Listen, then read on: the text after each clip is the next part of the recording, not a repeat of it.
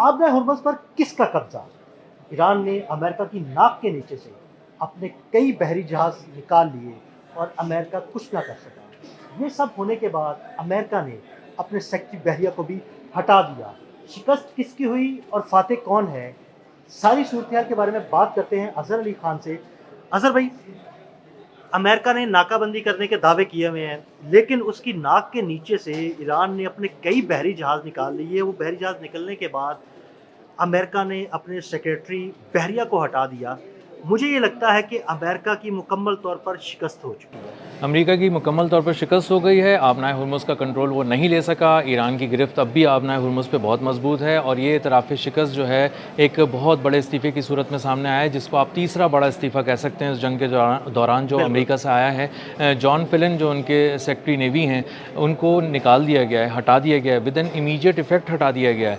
और पीट हेग्सेट जो उनके वज़ीर जंग हैं, उन्होंने ज़बरदस्ती उनको निकाल दिया है और उस जो वैकेंसी उसको बहुत जल्दी अब वो फिल करने वाले हैं किसी और शख्स के साथ। ईरान ने क्या किया है, ईरान ने जब से अमेरिका ने नाकाबंदी की, ईरान ने और ज़्यादा कोशिश की है कि वो दुनिया को ये दिखाए कि वो उसका कंट्रोल है आबनाए हुर्मुज़ पे। और वो इस तरह से दिखाया उसने कि तकरीबन 34 जहाज़ जो हैं ईरानी, 34 जहाज़? जी 34 जहाज़ जो हैं वो अब तक नाकाबंदी जब से अमेरिका ने की है वहाँ से गुजर के आ चुके हैं ईरान। ज़बरदस्त। और इस तरफ भी जा चुके हैं, खलीज फ़ारस की तरफ और खलीज यानी वो जा भी चुके हैं और और आ भी चुके हैं। जी बहीरा अरब से खलीज फ़ारस की तरफ आए हैं और खलीज फ़ारस से जी आबना हुर्मुज़ को अबूर करते हुए बहीरा अरब की तरफ जी गए हैं। जी उस तरफ गए हैं और बहुत ही आराम से जो कार्गो वेसल्स हैं वो, और बताया जा रहा है कि उनको ईरान की नेवी जो है वो एस्कॉर्ट कर रही है उनके हिफाजती यानी हिसाब पूरी में। हिफाजत के साथ जी जो है ना वो लेके जी गए तो हैं। इससे एक और भी दावा डोनाल्ड ट्रंप का झूठा साबित होता है, जिसमें उन्होंने कहा था कि जो ईरान की बहरिया समंदर की तह में पहुंच चुकी है, वो ख़त्म हो चुकी है और हमने उसको बर्बाद कर दिया, ख़त्म कर दिया, उसकी सलाहियत ही छीन ली है कि वो नहीं तो ये तो कुछ कर दावा सके। बिल्कुल फिर झूठा साबित हुआ। अगर ईरानी बहरिया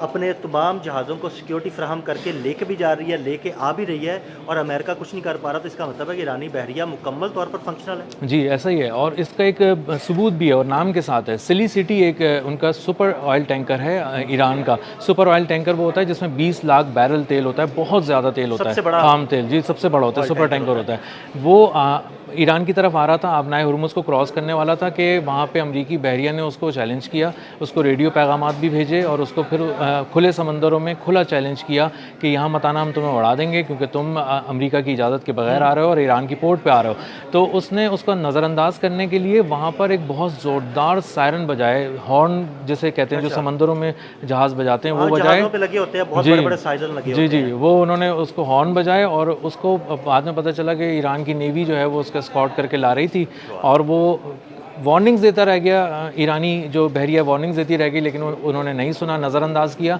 ईरान के पानियों में दाखिल हुए, टेरिटोरियल वाटर्स में जैसे ही वो दाखिल हुए उनका इस्तकबाल किया गया ईरान में और पोर्ट पे पहुंचने के बाद जश्न मनाया गया।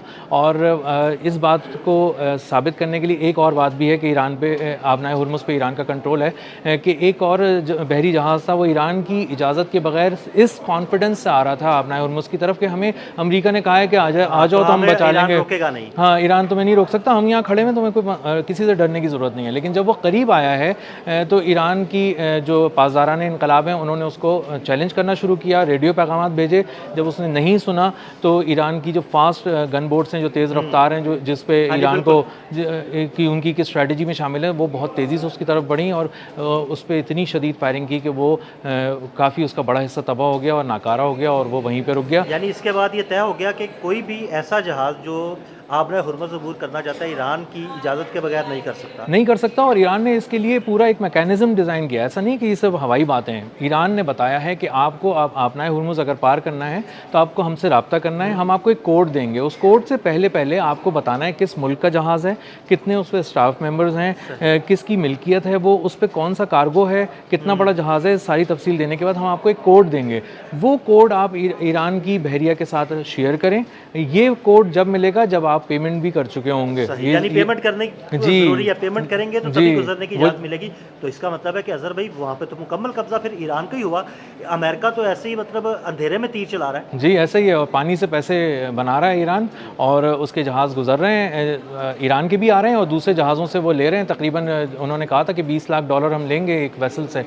तो पता चल रहा है कि वो क्रिप्टो करेंसी के अंदर भी, डिजिटल करेंसी में भी ले रहे हैं पेमेंट्स और चाइनीज़ युआन में भी ले रहे हैं। तो पेट्रो डॉलर को भी पहले पहले तो झटका पेट्रो लगा डॉलर था को तो बहुत बड़ा झटका मुझे तो लगता है कि वो समंदर में। बहीरा हैमर के जी पेट्रो डॉलर तो मुझे लगता है कि वो अब ना हुर्मुज़ के पानियों में जो है ना वो गर्क हो गया है जी और अब पेट्रो युआन का जो है ना वो दौर चलना शुरू जी हो गया है। बिल्कुल ऐसा ही है। जो मुल्क जैसा चाहता है वैसी पेमेंट कर देता है। ईरान उसको एक्सेप्ट कर लेता है। ज़्यादातर चाइनीज़ युआन में हो रहा है। और इसमें मज़े की बात मैं आपको बताऊं, जो नरेंद्र मोदी का मुल्क है भारत, वो भी जो है ना वो चाइनीज़ युआन में पेमेंट कर रहा है और कह रहा है कि हम करते रहेंगे, हमें डॉलर वॉलर छोड़ो।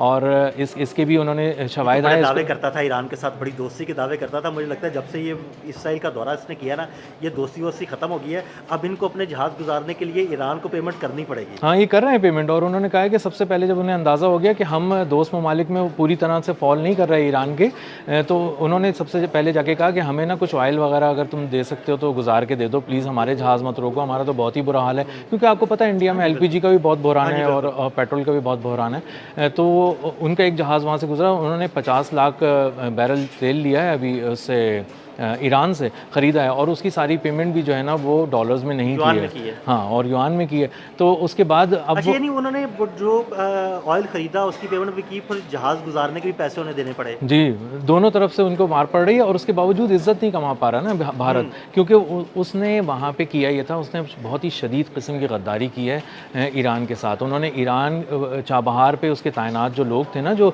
इन्वेस्टर बन के वहाँ पे आए हुए थे, बिजनेस वो तो ग्रुप के सारे जो सारे रॉ के एजेंट थे, वो बिल्कुल। सारी जासूसी करते थे, इसराइल के लिए जासूसी जी जी करते जी, थे। उन्होंने बंदर अब्बास पे खड़े हुए जहाज़ों को तबाह करवा दिया ईरान की बहरिया के कोऑर्डिनेट्स देके अमेरिका को। और उसके अगेंस्ट नरेंद्र मोदी ने ज़ाहिर है कोई फ़वाइद लिए हैं, पैसे लिए हैं, जो कुछ भी लिया है, लेकिन बहरहाल गद्दारी की है और बहुत खुल के की है। और इस ईरान की इंटेलिजेंस को ये पता चल गया और उसके बाद से उन्होंने बहुत ज़्यादा भारत के साथ एक फासला मेंटेन करने की कोशिश की है। तो आबनाए हुर्मुज़ से अगर भारत को भी जाना है ना तो चाइनीज़ युआन दे के जाना है और ईरान की इजाज़त से जाना है। और अमेरिका से दोस्ती अब किसी मुल्क को जो है ना कोई फ़ायदा नहीं पहुंचा सकती कोई अमेरिका फ़ायदा से नहीं दोस्ती। पहुंचा रही। अच्छा अज़हर भाई, एक अमेरिका में सेक्रेटरी बहरिया जो हैं उनसे इस्तीफ़ा लिया गया, उनको फ़ौरन हटा दिया गया। वो कौन साहब हैं, उनका नाम क्या है, और उसके बाद आगे उनकी जगह पे तैनाती के लिए हवाले से कौन कौन से नाम ज़ेरे गौर आ रहे हैं, कोई इस हवाले से खबरें हैं? ये एक बहुत बड़ा भूचाल है जो अमेरिका में आ गया आदिल भाई। जॉन फिलन उनका नाम है और ये नेवी के सेक्रेटरी हैं। अब हुआ ये था कि इनको ना जो टास्क दिए जा रहे थे ना डोनाल्ड ट्रंप की तरफ से, वो बहुत ही जो एक मिस एडवेंचर के लिए उनको तैयार किया जा रहा था।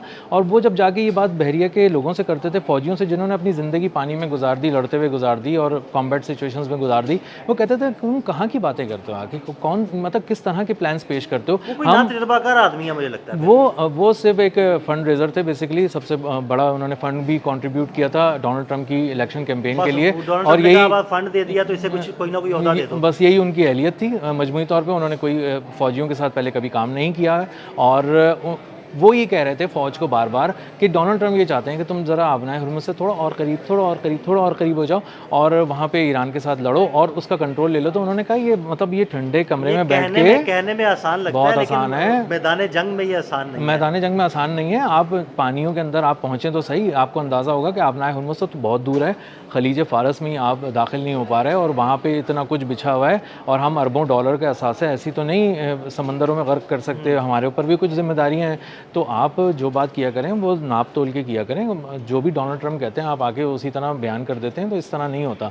तो जब वो बहुत ज़्यादा देखा गया कि उनको ज़ोर देने के बाद भी वो कामयाब नहीं हो पा रहे, कोई मिस एडवेंचर नहीं करवा पा रहे अमेरिका की बहरिया से, तो फिर उनकी छुट्टी कर दी गई। क्योंकि आबनाए हुर्मुज़ में देख भी रहे हैं वो 34 जहाज़ हम ईरान के गुजर गए, पैसे भी ले रहा है, अमेरिका की नाकामी, खुली नाकामी है। तो उसके बाद अंदाज़ा ये हुआ कि हम वहाँ खड़े हुए भी हैं, हम पैसे भी दे रहे हैं खड़े होके, हमने नाकाबंदी के नाम पे दुनिया को एंगेज भी किया हुआ है और रोज़ाना दुनिया ये खबरें देख रही है कि हमारी नाकाबंदी के बावजूद जहाज़ गुजर रहे हैं। तो ये खुला एतराफ़ शिकस्त है, खुली शिकस्त है जो नज़र आ रही है अमेरिका को, और उसके पास उसकी कोई हिकमत अमली, कोई चारा भी नहीं है। इसलिए उन्होंने सबसे पहले कोशिश ये की कि हम किसी तरह से दुनिया को दिखाने के लिए पहले जॉन फेलन को तो फायर करें ना, उसके बाद फिर देखें कि हम क्या कर सकते हैं। बहुत शुक्रिया अज़हर भाई ने बड़ी तफसील के साथ इस सारे मामले पर रोशनी डाली। मज़ीद अपडेट्स के लिए हमें फॉलो करते रहें। अदील अहमद और अज़हर अली खान को इजाज़त दीजिएगा। अल्लाह हाफ़िज़।